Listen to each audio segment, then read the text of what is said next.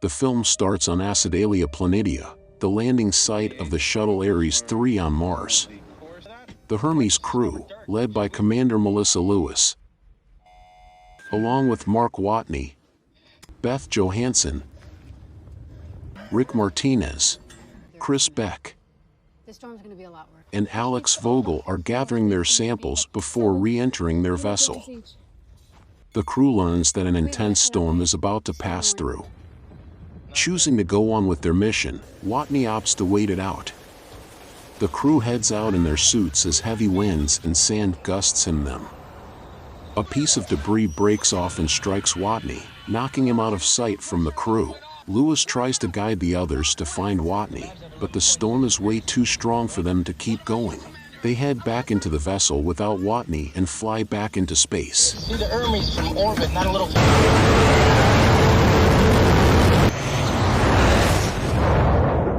Back on Earth, Director of NASA Teddy Sanders holds a press conference to state that while the Hermes crew succeeded in their mission, Watney was lost, and he is declared dead. Watney wakes up on Mars on what is Sol 21 after the storm has long passed. His oxygen is depleting rapidly, so he makes his way back to the habitat station. He's also been impaled by an antenna in his abdomen.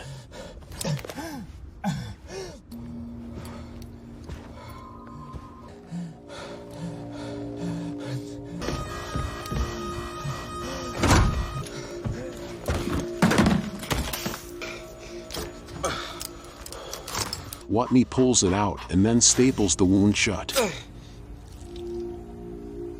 He sits down to make a video log where he states that he's alive, and how he acknowledges that it'll be another 4 years before a manned mission is launched to bring him back, and with the current food supply in the habitat meant for him and the other 5 crew members, he would have almost a year's worth of food to last him, and a little longer if he rations.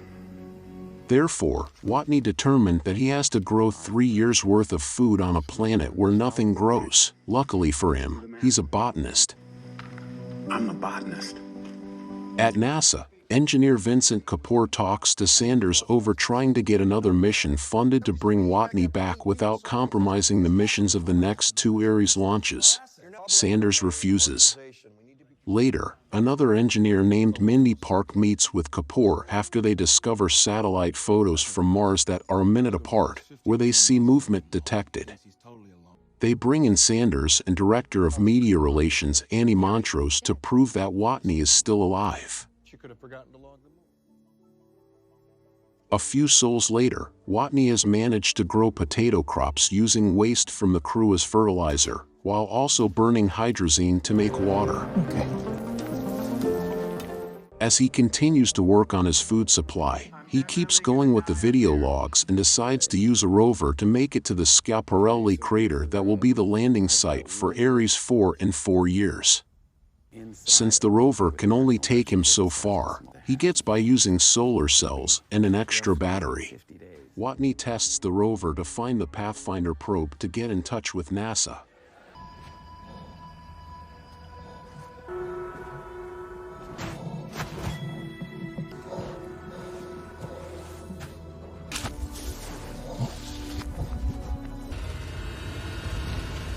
Using a code, he is able to send a message to NASA confirming that he is alive. Kapoor and his colleagues receive the message and manage to get in touch with Watney through computer messages. When Watney asks how the crew took the news of him still being alive, Kapoor regretfully tells him that the crew still has no idea, prompting Watney to write obscenities. Watney's story becomes a worldwide sensation. His communications with NASA are logged, and he even has a photo taken for publishing, which Montrose doesn't like because she can't see his face. The Hermes crew has been spending the last few months enjoying the ride back to Earth while also keeping in touch with their loved ones. The flight director of Ares 3, Mitch Henderson, contacts the crew and informs them that Watney is alive, and that they've kept it from them for the last 2 months so as to not distract them from their mission. The news only makes them angry and guilt-ridden, but Henderson tells them that Watney has stressed repeatedly that it wasn't their fault and they had reason to suspect that he was dead. The folks at NASA determine that they can reach Watney by Sol 868, and with the amount of food he's grown, it can last him way past that.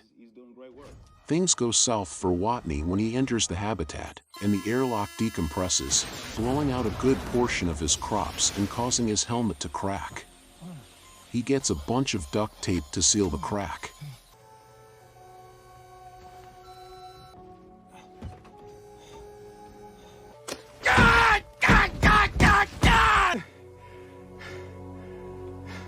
With less food, he figures he only has enough food to last him past 300 sols, and possibly longer if he rations, but it would mean starving himself.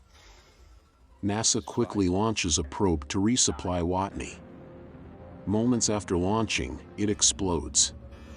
2 directors from the Chinese National Space Administration, Zhu Tao and Guoming, witnessed the explosion and planned to help NASA by sending a probe themselves with Watney during the Ares 4 launch.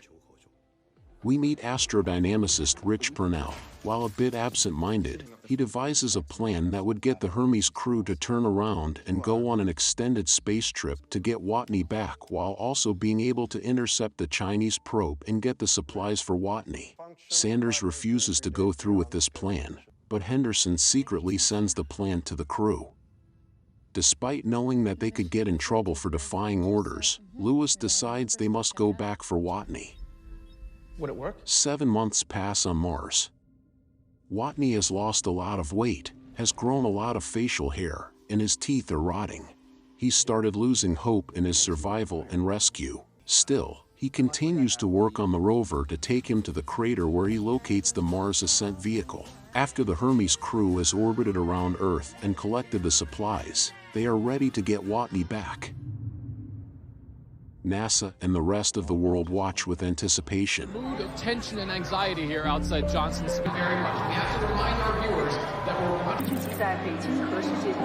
Watney launches the MAV into orbit, but he comes up too low to reach the shuttle.